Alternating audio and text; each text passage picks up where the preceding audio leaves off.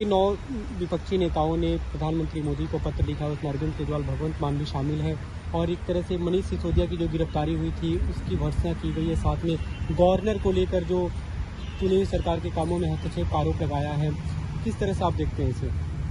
देखिए, देश के 9 बड़े विपक्षी नेताओं ने, जिसमें 4 सिटिंग चीफ मिनिस्टर्स हैं, 4 फॉर्मर चीफ मिनिस्टर्स हैं और एक सिटिंग डिप्टी चीफ मिनिस्टर हैं, इन 9 बड़ी हस्तियों ने आज माननीय प्रधानमंत्री जी को एक खुला पत्र लिखा है और उस पत्र में ये बात पूरी मजबूती से माननीय प्रधानमंत्री जी के सामने रखी है कि हमारा देश आज भी एक लोकतंत्र है, लेकिन इस लोकतंत्र की जो बुनियाद है उसे लगातार हिलाए जाने की कोशिशें की जा रही हैं।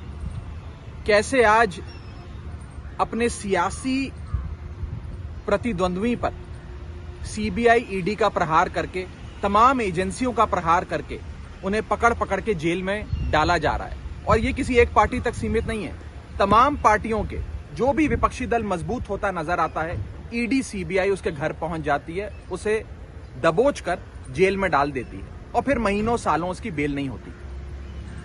इसके साथ साथ ईडी, सीबीआई की कार्यप्रणाली पर भी एक बहुत बड़ा प्रश्न चिन्ह है। आपको जानकर अचंभा होगा कि पिछले 9 साल में सीबीआई ने जितने मुकदमे दर्ज करे उसमें से 95% मुकदमे देश के विपक्षी नेताओं पे दर्ज हुए। इन्फोर्समेंट डायरेक्टरेट ने, ईडी ने यूपीए काल के समय 112 जगह पे मात्र रेड करी थी, लेकिन एनडीए यानी कि प्रधानमंत्री मोदी जी की सरकार के दौरान, यानी कि 2014 से लेकर आज तक 3000 से भी ज्यादा जगहों पर रेड करी। और ईडी से जब पूछा जाता है कि आपने इतनी रेडें करी, इतने मुकदमे दर्ज करे, अंत में कितने लोगों को कोर्ट ने कन्विक्ट किया, यानी कि कितने लोगों को कोर्ट ने दोषी करार दिया, तो पता लगता है कि 0.05%, 0.05% भी कन्विक्शन रेट ईडी का नहीं है। आप लोग जो सवाल उठाते हैं मनीष सिसोदिया की गिरफ्तारी हो या एलडी का काम हो, उसके पीछे कहीं ना कहीं आप लोग सीधे तौर पे प्रधानमंत्री को दोषी मानते हैं, तो फिर उन्हीं को पत्र लिखने का क्या मतलब? देखिए, आज तमाम मुख्यमंत्री जिनको देश की जनता ने चुना है, जिन लोगों के वोट की ताकत से ये मुख्यमंत्री, ये पूर्व मुख्यमंत्री एक सरकारों में रहे हैं, सरकारें चलाई हैं, आज ये अपने ही देश के प्रधानमंत्री से एक अपील कर रहे हैं कि एजेंसियों का दुरुपयोग छोड़ दीजिए, एजेंसियों को इंडिपेंडेंट तरीके से फंक्शन करने दीजिए।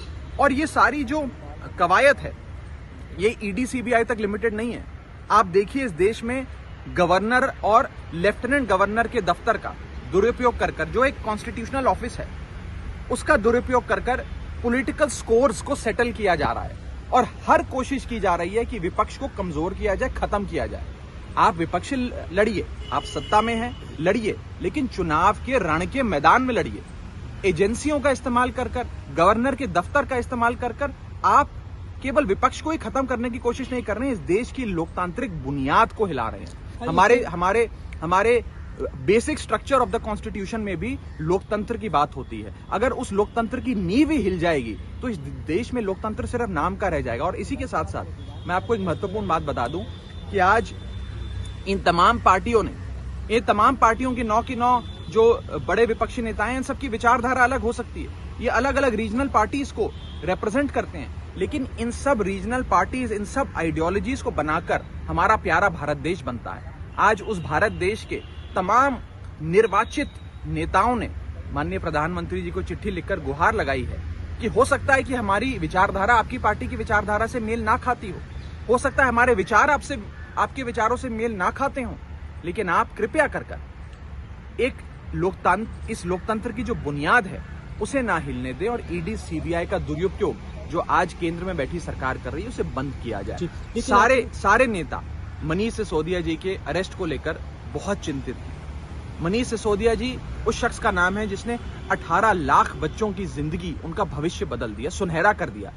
आज सिर्फ आम आदमी पार्टी के लोगों में रोष नहीं है, सिर्फ दिल्ली के लोगों में रोष नहीं है, मनीष सिसोदिया जी के अरेस्ट से देश भर की आवाम में रोष है, तमाम नेताओं के मन में रोष है और इसीलिए आज सबने एक साथ आकर ये पत्र माननीय प्रधानमंत्री जी को आपके हिसाब से चिंतित विपक्ष में लेकिन कांग्रेस तो कहीं नहीं है, न लेफ्ट पार्टी है जो देश की 2 बड़े विपक्षी दल हैं। नहीं, उनका भी साथ हमें प्राप्त है। ये मात्र एक चिट्ठी के माध्यम से हमने माननीय प्रधानमंत्री जी को ये सारी बातें उनके संज्ञान में लाने का प्रयास किया है। तमाम पार्टियां, सारी इस मुद्दे विपक्षी पे दल कांग्रेस का एक समर्थन साथ है, हैं। आपको किसी से बात नहीं, हुई सब आपने? साथ है, तमाम फोरम्स पे सब साथ होते हैं। मैं किसी एक विपक्षी दल पे व्यक्तिगत तौर पे कोई कमेंट नहीं करना चाहूंगा। मुझे लगता है कि जहां तक लोकतंत्र को बचाने की बात है, तमाम विपक्षी दल साथ में है। बीजेपी को छोड़कर मैं आपको ये बताना चाहता हूं कि एनडीए के घटक दल भी आज हमें फोन कर समर्थन दे रहे हैं। कितने एनडीए के घटक दल है जिनके फोन हमें आए और उन्होंने कहा कि मनीष सिसोदिया जी के साथ जो हो रहा है बहुत बुरा हो रहा है। आप लोगों के नेता का नाम अगर आप बताएं। आप लोगों के साथ जो हो रहा है वो गलत हो रहा है, और इसीलिए मैं कह रहा हूं ये आप इसे सिर्फ विपक्ष बनाम सत्ताधारी पार्टी के चश्मे से ना देखिए, इसमें सब साथ हैं। एनडीए के घटक दल, क्यों घटक दल या नेता कोई? अब ये सार्वजनिक तौर पर बताना उचित नहीं है कि एनडीए के कौन से घटक दल के नेताओं ने, बड़े नेताओं ने हमें फोन कर अपनी चिंता जताई। अगर मैं नाम ले दूंगा तो हो सकता है शाम तक उनके घर पे भी ईडी सीबीआई पहुंच जाए। कल मनीष सिसोदिया की